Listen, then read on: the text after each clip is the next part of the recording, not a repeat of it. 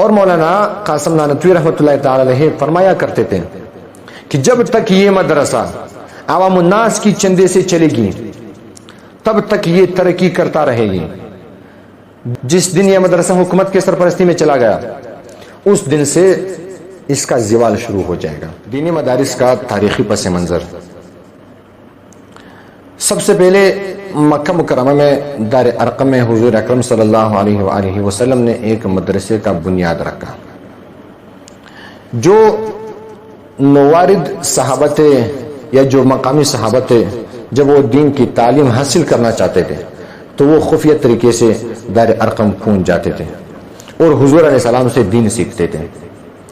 حضرت عمر رضی اللہ تعالیٰ عنہ بھی یہاں پہ آ کے مسلمان ہوئے ہیں.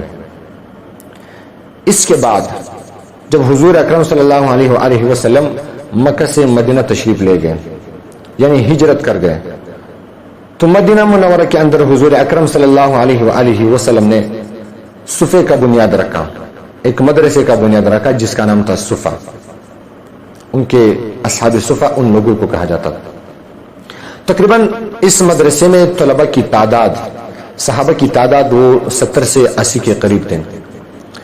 حضرت ابو ہریرہ رضی اللہ تعالیٰ عنہ ان کا شمار بھی اصحاب صفہ میں ہوتا ہے یعنی وہ بھی اس مدرسے کا ایک طالب العلم تھا. اور یہ جو 70-80 صحابہ کرام تھے ان کو قطاع منتظرہ بھی کہا جاتا تھا. یعنی یہ وہ لوگ تھے جو ہمیشہ جہاد کے انتظار میں رہتے تھے. یعنی جیسے ہی ضرورت پڑتی تھی جہاد کے لیے تو یہ لوگ ہمیشہ تیار رہتے تھے. اس کے بعد جب شام فتح ہوا تو جامع دمشق میں حضرت ابو دردہ رضی اللہ تعالیٰ عنہ نے ایک مدرسے کا بنیاد رکھا. اس مدرسے میں سینکڑوں طلبہ تھے. صحابہ کرام اور تابعین دین کی تعلیم حاصل کیا کرتے تھے, دین سیکھتے تھے, حدیث اور قرآن سیکھتے تھے. اور یہ جامع دمشق یہ چونکہ افریقہ اور مغربی ممالک کے لیے ایک دروازہ تھا تو ضرورت پڑنے پر یہی طلبہ کرام وہ جہاد کے لیے بھی تشریف لے جاتے تھے. اس کے بعد جب مصر فتح ہوا تو حضرت عامر ابن العاص رضی اللہ تعالیٰ عنہ نے وہاں پہ مساجد اور مدارس کا بنیاد رکھا. بہت ہی مساجد اور مدارس قائم کیے. یہ آج کل جو جامع ازہر ہے مصر میں آج بھی موجود ہے. یہ کچھ تغیر اور تبدیلی کے ساتھ اسی علمی سفر کا ایک تاریخی ثبوت بھی ہے. مصر کے بعد جب فارس اور عراق فتح ہوا تو وہاں پہ ایک جامع کوفہ میں ایک بہت بڑے مدرسے کا انعقاد کیا گیا حضرت عبداللہ ابن مسعود رضی اللہ تعالیٰ عنہ کے نام سے. وہاں کا اہتمام حضرت عبداللہ ابن مسعود رضی اللہ تعالیٰ عنہ کے ہاتھ میں تھا. ہزاروں صحابہ کرام اور تابعین وہاں سے دین کی تعلیم حاصل کیا کرتے تھے, قرآن اور حدیث سیکھتے تھے. اور یہ ایک قسم کی فوجی چاونی بھی تھی, یعنی مدرسہ بھی تھا اور فوجی چاونی بھی تھی. کبھی کبھار اس مدرسے میں 30,000 طلبہ کرام ہوتے تھے. اور یہ جامع کوفہ فارس اور عراق یہ چونکہ مشرقی ممالک کے لیے ایک دروازہ تھا تو یہاں سے طلبہ کرام اور صحابہ کرام تابعین میدان جہاد کے لیے بھی جاتے تھے. عبداللہ ابن مسعود رضی اللہ تعالیٰ عنہ کے بعد اس کے 2 شاگردوں نے اس مدرسے کو سنبھالا, اسود اور علقمہ, حضرت اسود اور حضرت علقمہ رحمہم اللہ تعالیٰ نے جو کہ تابعین ہیں. اس کے بعد حضرت ابراہیم النخعی رحمہ اللہ نے اس مدرسے کا ذمہ داری اپنے ہاتھ لے لیا. اس کے بعد امام ابو حنیفہ رحمہ اللہ نے اس مدرسے کا اہتمام سنبھالا. امام ابو حنیفہ رحمہ اللہ کے بعد امام صاحب کے شاگردوں نے اس مدرسے کو سنبھالا.